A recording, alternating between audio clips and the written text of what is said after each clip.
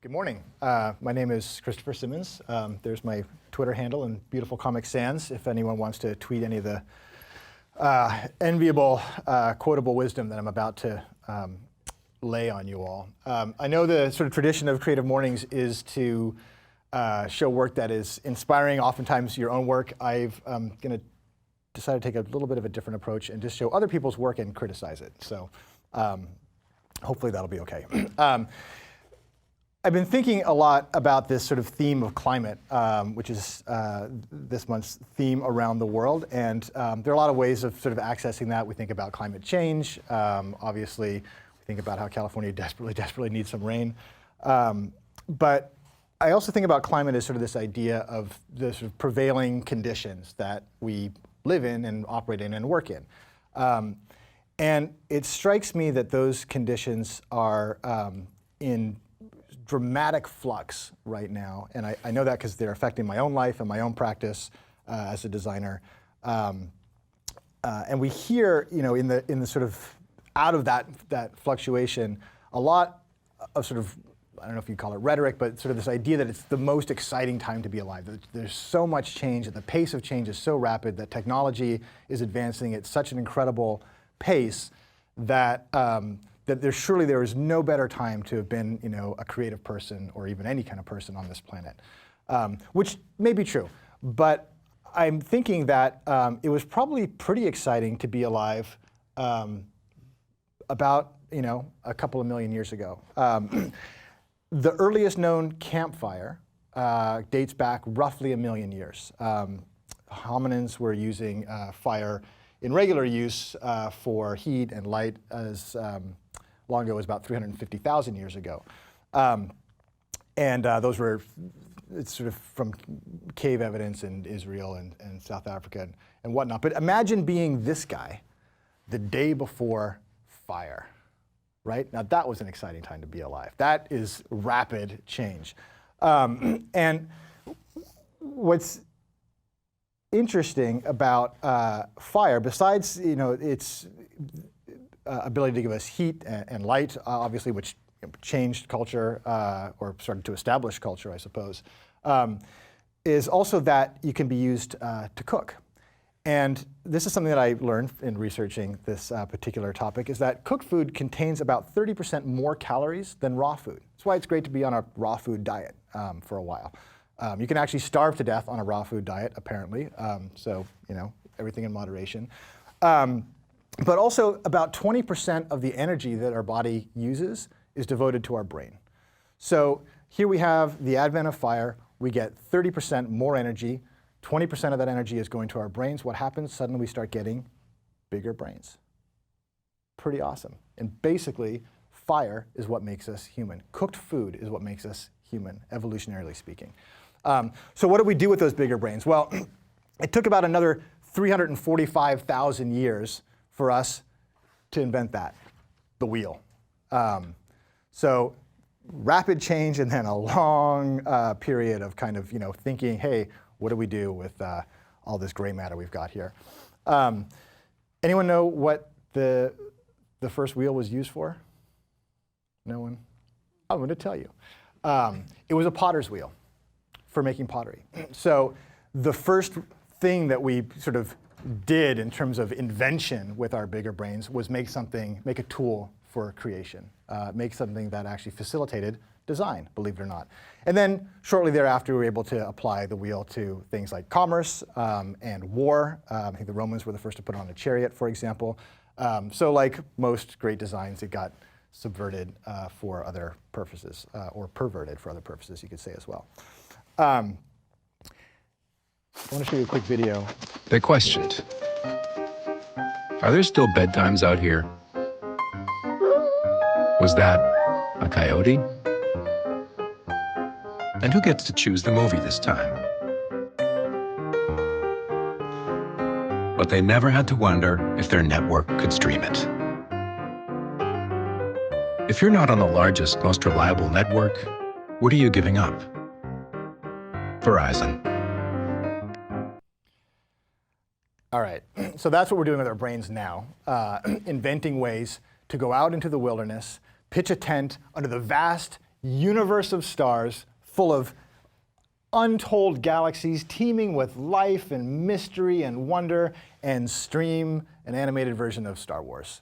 I saw this commercial, and I was absolutely stunned. I had to go online and look it up right away, because it seems like commentary. It seems like satire, right? I mean, look at this. This is the shot it ends on. The little glowing tent, this huge just array of stars, which is just completely awe-inspiring, right? You almost feel back to like you would have felt as a caveman the day before fire. And now we want a Kindle Fire, or we want a Verizon phone, whatever, and you slap a freaking Verizon logo on top of that star field, and it's just depressing to me. So this is what we do. And I guess if I'm trying to cultivate this into a theme for our talk, what I want to look at is some of the other ways that we are harnessing technology, because it's pretty amazing what we're able to do. It's amazing that we can stream, a movie out in the middle of the wilderness. But is it necessary? I don't think so. In fact, I'm pretty sure it's a bad idea. And speaking of bad ideas, here's a beautifully designed bad idea, as far as I can tell. This is called Vessel, designed by Fuse Project. I'm not exactly sure who was conceived by, but you've seen this. If you've seen the Colbert Report, he has a beautiful sort of lampoon of this. It's a smart cup. You can pour, water or Coca-Cola or beer or wine or whatever into it, and it can almost instantly analyze the content, the chemical composition of it. So it can tell you, you just poured a Coke in me, or you just poured a Diet Coke in me. And it can track, your sugar consumption, calorie consumption, caffeine, et cetera, et cetera, et cetera. Technologically, absolutely amazing. As a sort of a design and interface, also, quite stunning in its simplicity. But if I open, let's say, a beer, and I pour it into there, what is it really telling me that I didn't already know? I already know exactly what that is, and someone spent a lot of time, designing a beautiful label and a whole experience for that to kind of inform me of that and attract me to it. Okay, but it can measure, it can sort of start,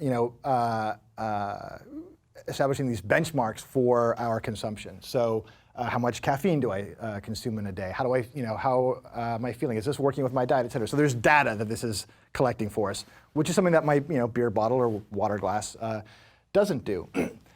But if you start thinking about it, it only works. I mean, that data is only meaningful if it's accurate, and it's only accurate if you use it 100% of the time, which means you have to bring this to a dinner party. You have to bring this to lunch. You have to wash it out in between every use, assuming that you don't have beer at breakfast, but you might have one in the afternoon. And we have St. Patrick's Day coming up. You got to bring this to St. Patrick's. Oh, give me another one. There's something really weird about this that I don't think is practical. And the other thing is so what's the end goal of this? The end goal is to say this can help you regulate your intake of beverages, whatever beverages those may be. Which means that I now have to listen to my cup about what to drink. That is really weird. That is profoundly perverse to me. I am used to making the decision about how much to drink. Oh, I'm thirsty. I think I'll have some water. Wow, if only I had some technology to facilitate that interaction. Or I want to drink some more, right? This is a shot from my wedding. It's a couple of friends of mine who probably don't appreciate being in this photo. But we all had a little bit too much to drink. We didn't have a cup telling us, hey, lay off a little bit, Sometimes excess is the point. The idea that we have to sort of hold ourselves accountable to a set of goals that are set almost arbitrarily by technology or by the people who program that technology is at least worthy of consideration, I would say. It's another product. This is called Melon. It's a headband. I think the industrial design and some of the interface was done by IDEO, and all that stuff is also beautiful. But again, I'm going to question the necessity of this. So Anyone know what this is? You're not going to guess because it's too crazy. There's I think a successful Kickstarter. I think this is going into production. I'm not exactly sure. It's a headband that you can wear. It's tethered to your Bluetooth-enabled phone or whatever, and it measures your brain waves to tell you how focused you are. So here's a woman doing yoga, checking her phone to see if she's focused. In the little promo video for the Kickstarter, there's actually a scene in which it says something to the effect of, now knowing how focused you are, is this a matter of glancing at your cell phone? There's a guy like typing on his computer and he kind of looks over at his phone. It's like the exact exemplification of not being focused. I got introduced to this because it was entered into an AIGA competition that I was judging, I guess last year. And it didn't get into the end, but as part of the discussion, literally half of the judging panel was convinced that it was a joke, that it was created to see if something so absurd could actually, be evaluated, I guess, by humans. And we were just completely confused by it. Now, it's possible that there are applications to this that are, beyond my understanding and imagination, and I accept that. But at this moment, I struggle to understand why we are applying technology to ourselves in exactly this way. I'll give you another example. This is a concept for a digital locket. It's called Purple. And it's, again, tethered to your Bluetooth, so to your Bluetooth phone. And it can stream all your photos in there. So it can stream the photos from your phone. It could stream it from just select social media accounts, whatever. And the idea is that a couple of ideas here. One is that you can hold way more than you could in your grandmother's little antique gold locket that holds maybe 1 or 2 photos. And the other is that it's a way of maybe making social media, Facebook, Twitter, Instagram, et cetera, a bit more intimate. Noble goals. I like that quite a bit. But there are other implications to this as well. So my sister-in-law has a gold locket that belongs to my mother, that belonged to, I think, my dad's mother, that belonged to her mother. So a great-great-grandmother of mine, I think that's right, has passed down this little gold locket. It's sort of, Victorian-ish and not really a stylish piece of jewelry today, but it has a lot of, meaning in terms of its sort of heirloom status. And it has, I assume, photos of her 2 children in it. It used to have photos of my brother and I. When my mom, when my brother and I were little and living with my parents. And here's the thing that's interesting. If my mom were to have lost that gold locket, the great tragedy would have been the loss of those 2 photos. The gold is worth whatever it's worth. It's been passed down from generation, so there's a sort of an emotional value there. But really, you're saying, man, those are the only 2 photos I have of my kids of that moment, that age. This is in a time when that was, the circumstance. And that would have been the loss. So all the value is invested in the content that you added to it. Now, if you were to lose this locket, your photos are safe. They're all backed up on your phone. They're on social media. They're in the cloud, whatever. That's fantastic on one level. But the sort of sinister implication of that, and I think not intended at all by this design proposal, is that the value now has transferred from the personal to the object. I now have to have a new device to do this. I need to have a service to be this intermediary between me and my memories. And that's, I don't think it's necessarily sinister, but it's something that we need to consider as we are designing and conceiving and consuming products and services. What is, in what ways does it change our life? In what ways does it change the things that we value and how we interact with each other and even with ourselves? So I'm a bit sort of confused by this. As beautiful and elegant as it is, this is a cute little stock photo, baby, and you can swipe it. We see this in music also. So this is my iTunes. You can judge my playlist if you must. I know you will. Someone's out there freeze framing, going, "Wow, I can't believe he listens to Nick Drake still." So there's some interesting things about iTunes, for example. I can hold way more music than I ever could before. So I'm a guy who grew up with vinyl in a non-ironic way. I had a Walkman and a Discman later. and was thrilled that I could have all 20 songs on a disc with me, and then maybe 5 other discs that I could carry in a satchel or a bag or something. Now I can have a gazillion of them. So that's a great advance, obviously. And iTunes can tell me things like, wow, you listen to a lot of Tom Jones. Things that I didn't know about myself. So it can be a tool that helps, with sort of self-revelation, I suppose. But there's a strange thing about this sort of digitization of musics and books, both audiobooks and ebooks, and also just sort of buying everything through Amazon instead of browsing a bookstore, that I think also represents a bit of loss along with the gain. So when I was growing up, we had a Bang & Olufsen turntable, a really nice turntable, and as a consequence of that, I was not allowed to use it until I was about 12 years old and could handle it responsibly, because the needle is delicate and the vinyl itself is not indestructible. And so when I turned 12 or thereabouts, I remember the very first album, the very first record that I put on a turntable myself to listen to was the Beatles' White Album. And I don't think it's the first, in fact, I know it's not the first song on the album, but it's the first one I really remember hearing is Revolution. Not the weird Yoko Ono Revolution, but the, you say you want a revolution. Okay. And that was just an incredible song. It opens with this amazing kind of like, I don't know music well, but the guitars, some sort of guitar effect, and it's just, you have the hiss and the pop of vinyl. I was listening to it on headphones. Was just a really incredible experience, and special to me because it was my first time. But there were parts of that song that I didn't understand. So there's a line about, if you could go talking about Chairman Mao, ain't gonna make it with anyone anyhow. So it's a nice rhyme, but I had no idea who Chairman Mao was. In fact, I went and asked my parents, I was reading the liner notes, even though I'd heard it, I think I said, who's Chairman Mao?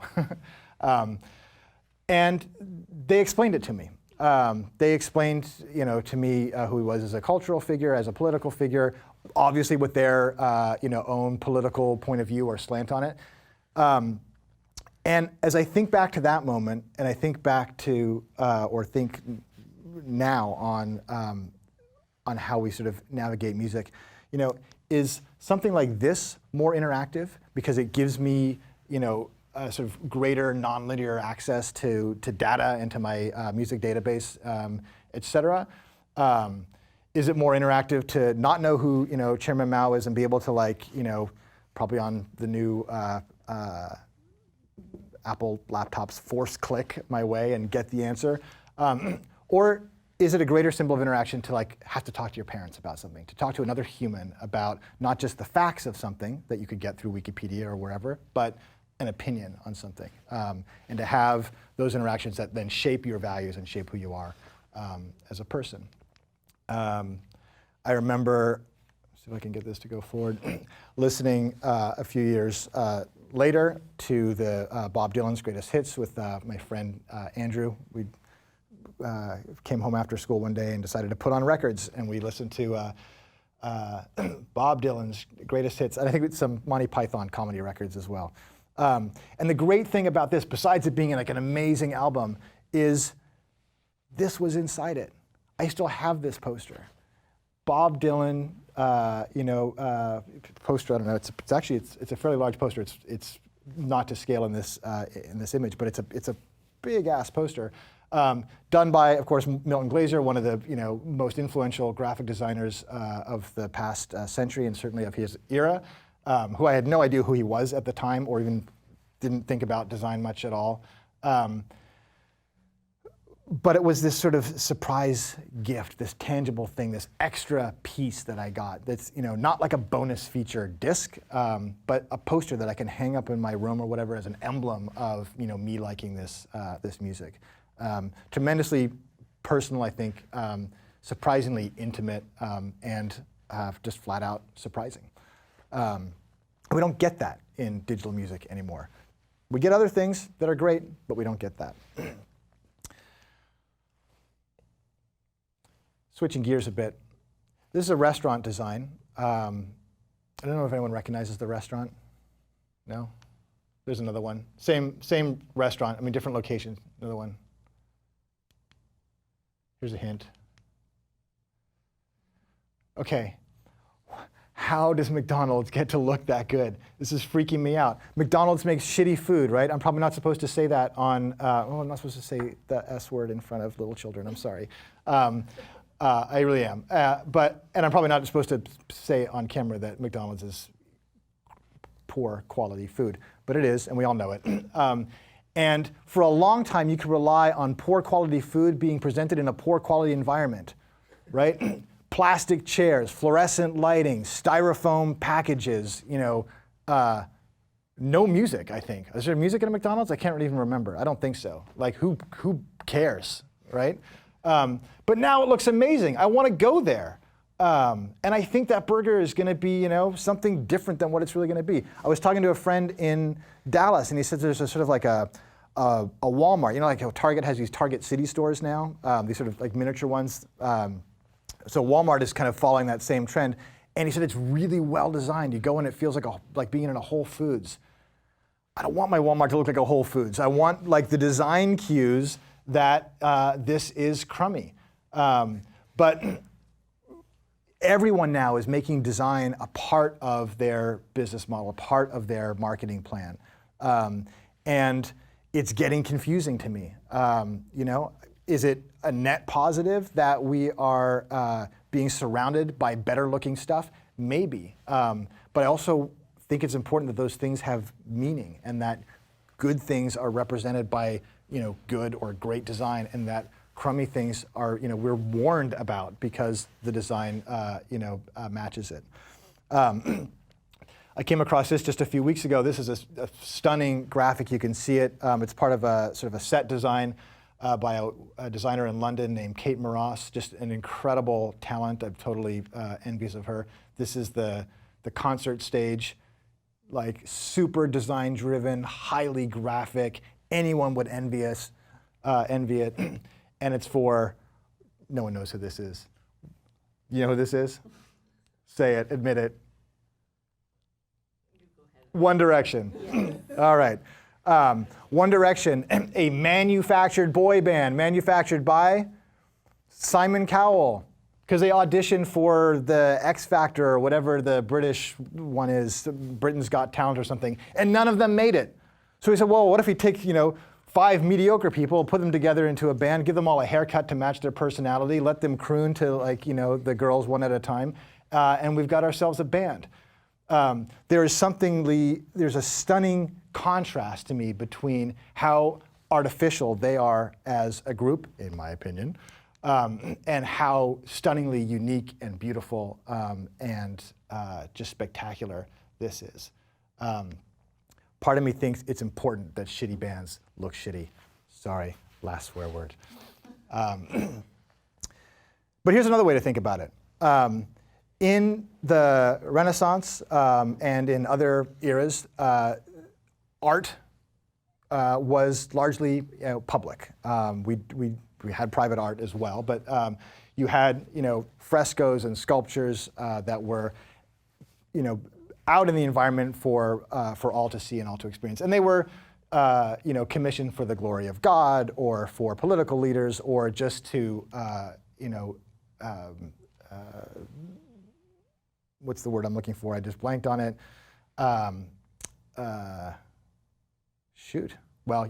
Extol the human form.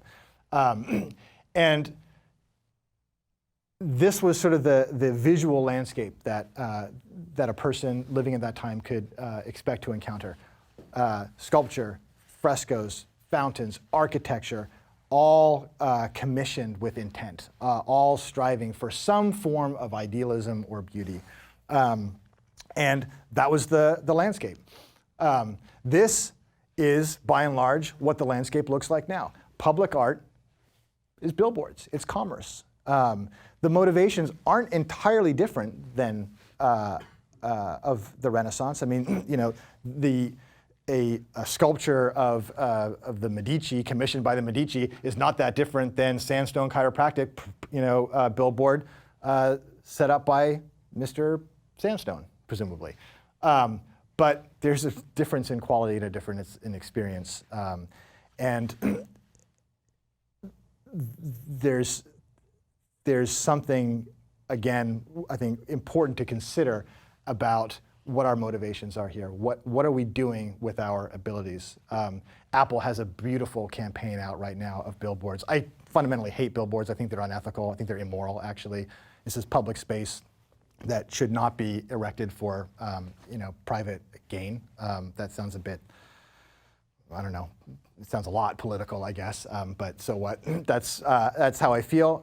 There are plenty of places in this city of San Francisco where I live that are absolutely stunning, that I can no longer look across the bay or the water or a hill without having that view interrupted by, thankfully, not this exact image, but others like it. But Apple has done a wonderful thing in just shooting or presenting these shots of spectacular photos, most of them pardon me, in nature of scenes that were shot in the iPhone 6. And their own personal signature and branding is very minimal.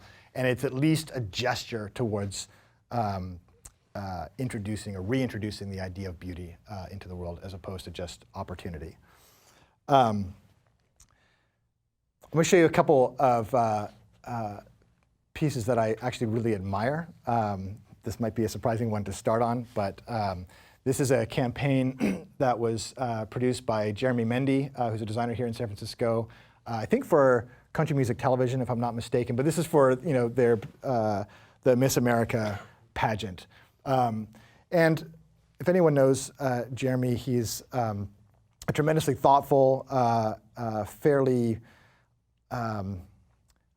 I would say skeptical, maybe we should say cynical designer who looks very critically at a lot of things. And he managed to do something here that I think is really remarkable, which is take out of the whole pageant of Miss America, the swimsuit competition, those sort of trite answers that all you can predict in advance exactly what they're going to say and don't really say anything, the interviews, et cetera, et cetera, et cetera. All that artifice, all that kind of construction, and found the one authentic moment when someone is crowned Miss America. I don't know if what is that, just queen? They're crowned, they get a crown. They get a tiara, right, something. And the emotion that they genuinely feel, that they're overwhelmed. And they make these crazy, hideous faces. I mean, some of them are, beautiful and sort of, serene, and others are just absolutely mind-blowingly unfortunate to be caught in that moment. But it's to me, there's as sort of, if we look at the whole board again, as ugly as this may be on one level, on an aesthetic level, let's say, it's a little crazy, a little confrontational. As a device of meaning, I think it's really profound, and I do find tremendous beauty in this. The ability and the presence of mind to recognize a single moment as being important and to capture that and to present it as representative of a larger idea. There's another designer that I really admire. He's passed away now. His name is Tobias Wong. Passed away, I think, in his very young, his 20s or 30s, from Canada, practiced in New York, sort of a designer / artist. And this is a piece that I actually own. It's a light switch, and we're accustomed to seeing light switches on the wall. They're all at a standard height by code. They're hardwired. You flip it on, you turn it off, and there's not much more to it than that. And in fact, I don't think many of us really consider a light switch on a regular basis. Some people have, fancier light switches, touch sensitive, what have you, dimmers. But the same basic thing is the same. It's this sort of anonymous piece of a larger experience. What I think is so brilliant about what he's done here is, by taking it off the wall, and by the way, it's sort of radio controlled, so you can hook it up to like a little outlet that will actually let you control a light. So it still retains all of its functionality. But now it's portable. Now it's in this one's a little dirty, but a little sort of lucite case with this magnetic top, almost as if it's almost like a vitrine, like it's a piece of art itself. And by isolating this one moment, he's managed to give this anonymous object its identity back, which is really amazing to me. I mean, what a kind thing to do to a light switch, right? It's just a light switch, and now it's a thing. He's done some other more provocative work. This is a Tiffany ring, and we'll talk about Tiffany again in a moment. Sort of the traditional 6-prong setting engagement ring, and all he's done is inverted the stone. So he didn't design this ring. He didn't cut the stone. None of the artisanship that is required to produce this is present in his own skill set. All he did was invert the stone, and now it's symbolically something very different. It has all the meaning that comes with an engagement ring, all the meaning that we might assign to a company like Tiffany or an institution like marriage, but that inversion makes a statement. So whether it's a statement about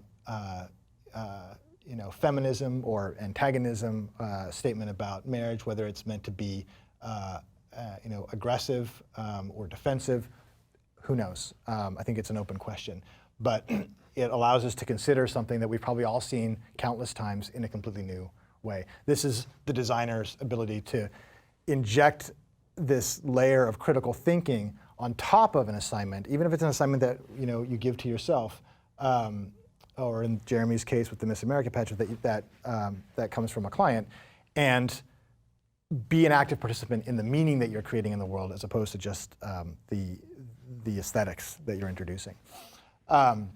Inspired by Tobias's work, I started giving this assignment to my students, where I would just pick up a bunch of white objects from a hardware store, whatever. So a plate, a shirt, a candlestick, whatever, and pair that with a random word. So in this case, a white. It's actually, I think, a tuxedo shirt, but a white shirt, and the word was optimistic. And so this student, whose name is Una Lyons, who has since graduated and doing fabulous things, had the weekend to kind of bring in the idea of optimism to the shirt. How do you take a $3 shirt and make it an optimistic shirt? Well, she sewed a silver lining into it, which is just this really beautiful, sensitive gesture that changes it from something ordinary to something extraordinary. She also silkscreened the lyrics to Monty Python's Always Look on the Bright Side of Life, which, as a Python fan, I liked. As a minimalist, I thought was probably less than necessary, but it was her project, her gesture, and I give her full credit for that. And I think it's just really, just a really smart, interesting piece that gets me to look at a thing in a new way. Another project, not from my class, but also from CCA where I was teaching, by a student named Ginny Kim. This is for her senior thesis, which was sort of about the institution of marriage. It turns out that the average American wedding, all told, costs something like $125,000, which is hard to believe. I think there's some people at the top of that spectrum who are kind of skewing the results. But I think it also, accounts for, in her calculation, I think it might also account for like, the changes in your tax liability and a bunch of other sort of ancillary things. I don't know. But anyway, the fact remains, she created this wedding dress out of $125,000, which you can see are sewn together there and folded like origami. And she's not a fashion major. She's not a seamstress or anything. This is just something she wanted to do, and so she taught herself how to do it. And during her final critique, the chair of the fashion department came over and said that if this had been submitted in as a final thesis in her department, it would have received an A. And it's not hard to believe. Even the buttons, just stunning. And so one of the things you realize about teaching, so here I am, I'm looking at Tobias's work, I'm inspired to give that as a project to my students, but what you really realize is that what you want is it to be an assignment for yourself. And so I started giving myself these assignments. We created the world's greatest mug.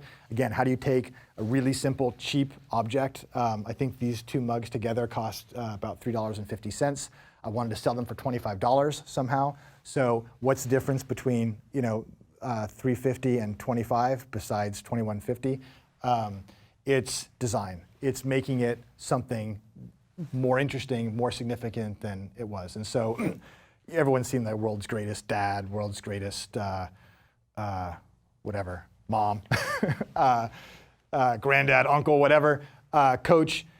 I thought it would be interesting if the mug just declared its own greatness. And so we made the world's greatest mug. Because they came in sets of two, we made the world's second greatest mug, which I think grammatically doesn't even make sense, but no one is really going to care. What you should care about is the typography. World's greatest mug, world's greatest typeface, Helvetica. Second greatest. She whispered it, Arial. Good job, type nerds. It makes me happy. These are no longer available, by the way. In the same sort of spirit, this idea of like collectible objects, sort of Hummel figurines and all that stuff from the Franklin Mint. Those like you get a coin where the Twin Towers actually pop up and Obama's on the back, or I guess it would have been George Bush. They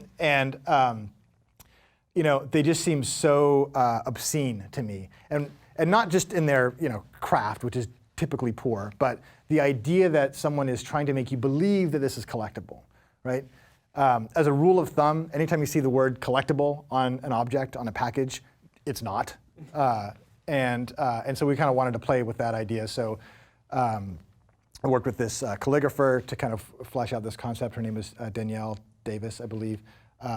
And got these cheap plates to be sort of embellished with this really ornate gold leaf. And now we have these collector plates, which I wanted to bring today, but it turns out I gave a talk a couple of weeks ago and gave away my very last one. I don't even own one of these anymore. So I guess they are collectible after all. If you Google collector plate, and you should all do that right now, this is like the first image that comes up. So that's like victory for me. And then one more project, and this one has a long story, which I won't share all the details with you, but it was a project we did for several years called Everything is Okay. We basically just took the message, everything is okay, which sounds, I think, vaguely affirmative, and put it on caution tape, which is vaguely cautionary, or explicitly cautionary, just to kind of see what would happen with that kind of mashup. So we put them in cans and gave them away for a long time and then sold them. But some really interesting things happened. One is that that conflict became sort of too much, I think, for a lot of people to resolve. So we would put these up at like flash mob events, or a lot of people were protesting one of our wars back then, and we put it up there. We actually put some, about, I don't know, 10, 15 feet in front of a line of porta potties. And I have a photo, which I didn't bring, unfortunately, but of maybe 24 people standing just the other side of the line, obviously wanting to go to the bathroom, but obeying the medium and not the message. And I think that you sort of see this in a lot of the work, right? I mean, some of the work that I was been showing today, the messages sometimes get subverted by the medium. That you look at, something that is beautiful, like that McDonald's design, and you think the message is this is a quality experience, but you'd be wrong. So we were sort of having fun with that, and then it kind of ran its course. And then besides giving myself and our studio these assignments kind of exist just in the world sometimes. So I was at a Tiffany not long ago, and they had a water cooler there, and next to the water cooler they had these mugs, or not their mugs, but their cups, these paper cups. Now, it says the manufacturer on it. They're made in New Jersey by Mod Cup LLC. They probably make cups for all kinds of companies and all kinds of events, and they're probably all made on the same machines, and they're all made out of the same material. But this one is a very, very pretty Tiffany blue, and it's got a cool little logo on it. And it made me, again, sort of think, is this an act of commentary? Is this almost like that Verizon commercial, where I look at this and say, I know what I'm seeing, but what am I supposed to be thinking about this? This cup, if I put it next to like, a Dixie cup or something, seems more valuable. There's nothing inherently more valuable in it. It's just that it is associated with something that we already value. I like that this disposable thing is something that I have not been able to throw away. I've had this for maybe a year now. I'm close to like putting it under glass. I mean, I think it is just sort of this almost a seminal kind of cultural object. I am obeying the message in this case, I suppose, more than the form itself. And then just to kind of close it out, this idea of like whether the medium or the message, and I should just pause for anyone who doesn't realize that that is a line from Marshall McLuhan, to acknowledge that that is where it's from. I didn't make up that line, but it's a good one and it serves my purpose as well here. This was a coupon, believe it or not, that we proposed for Levi's. And so they needed a 30% off coupon as part of another project that we were doing. It was kind of like an add-on, and so we thought, well, we could have some fun with it. And what we propose is creating it's like a 24 by 36 inch poster with, so this is just the comp for it, never got produced. Silk screened in metallic silver ink with just the Levi's logo on there, and then we had no content, so the content was really just the exclusions, the terms and conditions. So, this coupon may be redeemed in U.S. Levi's retail stores only, cannot be used with any other blah, blah, blah, blah, blah. So just taking that and sort of making that the content. But what we wanted to do is basically say, could we make this coupon, this sort of voucher, so seductive, so desirable, so collectible, if you will, that a person would rather have it than have 30% off a pair of jeans, which is an interesting idea because these things are sort of designed to be sort of transient and disposable. And we just sort of thought, well, what if we didn't accept that? What if we asked the question, should it be disposable? Should it be something that has more lasting value? And of course, by creating something that has more lasting value, you conflict or you come into conflict with the idea that you're trying to offer a different sense of value to someone to move products. So of course, they didn't go with it. It would have been a stupid thing to do, probably. But to their credit, I don't think they went with a coupon at all, which is good. Levi's are awesome, and they should be full price. So that's my feeling on that. And then I'm just going to show you just two more things, one not by us and one by us that was inspired by this. This is a window display, I assume done in-house for, anyone know the brand?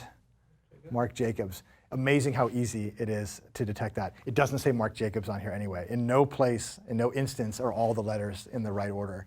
But what I love about this is that it is the faith it puts in the viewer. That it says, you know what, I don't have to spell it out. I know that if I use sort of, first of all, it's a recognizable enough brand.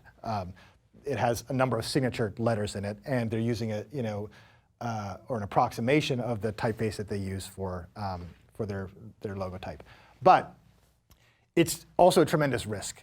It's basically saying, what if we do something, what if we create something that is artistic and expressive and not explicitly selling anything? It doesn't say, buy more Marc Jacobs. It doesn't say Marc Jacobs is cool. It doesn't say, this is the store, the entrance is this way, welcome, come on in. It just puts something out there that is a little bit unresolved, that you kind of have to decode for yourself. And I think for me, and I don't know if you had this experience, as you get it, you feel good about getting it. You feel like you've sort of participated in something. There's so much more, sort of sophistication and elegance and to the faith that exists in an object or a presentation like this that I just wish there was more of in the world. So I'm showing it only because I like it and I want more stuff like this. It inspired us to do sort of a similar approach on a project we did, and it's the one piece of sort of commercial work that I'll show of ours, and then we'll wrap things up. We were asked to do a restaurant design for a burger place, a Burger Shack on the Facebook campus, which wasn't always going to be called Burger Shack. I don't know if I'm allowed to say this, but a lot of people wanted to call it Zuckerburger. And to his credit, Mark Zuckerberg did not want it to be called Zuckerburger, which is probably good. I think just there's too many connotations with that wouldn't be that. And that wasn't our idea. I think that idea came from Ben Berry, who was at Facebook at the time, now out on his own, and who brought us in to work on the project. But the brief was basically it's going to be sort of a 50s diner inspired, sort of walk-up burger restaurant. And when you hear that, you sort of first of all think, oh, a 50s diner, that's like pretty cool. There's like sort of great graphics and typography of that era. We kind of fetishize, I think, a lot of the iconography of that time. But then you immediately start thinking, well, I don't want to just do this sort of derivative kind of pastiche of a 50s diner. I don't want to do this kind of riff off of it the way we see so many times. We want to find a way of taking this thing that is, the brief is inherently don't make something original and make it original. And so we kind of went the same approach with that Marc Jacobs thing. Is we took, deconstructed the whole thing and said, all right, what are the components that kind of typify the diner experience? A lot of it is material, a lot of it is light or lighting. You have these sort of, really aggressive arrows that are trying to get you to come in or drive through or go around or whatever. Sort of the marquee letter forms, and said, okay, we'll put all the arrows sort of in one bucket, and all the typography in another pile, and all the imagery in another, and all the materials in another, et cetera. And then instead of trying to fit them back into their rightful places, just let them kind of aggregate together and be something else. So this is kind of an investigation of what it is. This is the sketch for it. We did several. I'll show you the final in just one more slide. But the other thing we did was, typographic-wise, like they always have these sort of dorky slogans for these old diners and kind of roadside campaigns. And so we just went through all the kind of sort of now famous red letter posters at Facebook. Move fast and break things becomes move fast and eat things. People over pixels becomes pickles over pickles. I mean, just the stupidest copywriting you can imagine. And it's like blown up and painted huge on the side of this thing. You can see a little bit of the marquee letters up there, and then there's the final with all the arrows. We did that little you get this great little gift with Burger Shack. It's got hack right in it. So if you get rid of the S, you're sort of getting right into Facebook culture, not only with the the word hack, but also by kind of hacking the sign. And so it all lights up except for the S, which is missing, and it's hard to maybe tell from that, but every single arrow is radiated from the center of that S, so it's like all pointing to the error, to the hack, basically. And then we threw in some stuff like a Doors lyric, walk on through to the other side. No one caught it, I don't think. Hopefully, it's not a copyright infringement, but we sort of thought it was funny and amusing, and so. I don't know how that really connects to anything except that this is, a project from a couple of years ago now that I really like. We've done other things that I think are probably more meaningful and have more impact. But I think it just goes to show that even a humble assignment, a little burger restaurant, which is basically part of a glorified exploded cafeteria on a corporate campus. Can be an experience for people. That can be something that is fun and lively and maybe challenging, maybe a little dorky, but that is human.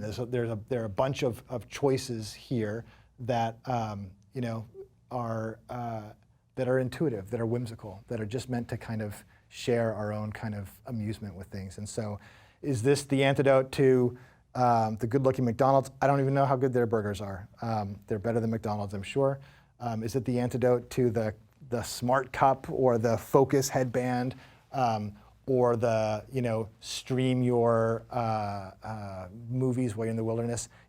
Maybe not, but maybe it's a start. So that is the end, my friend. Thank you.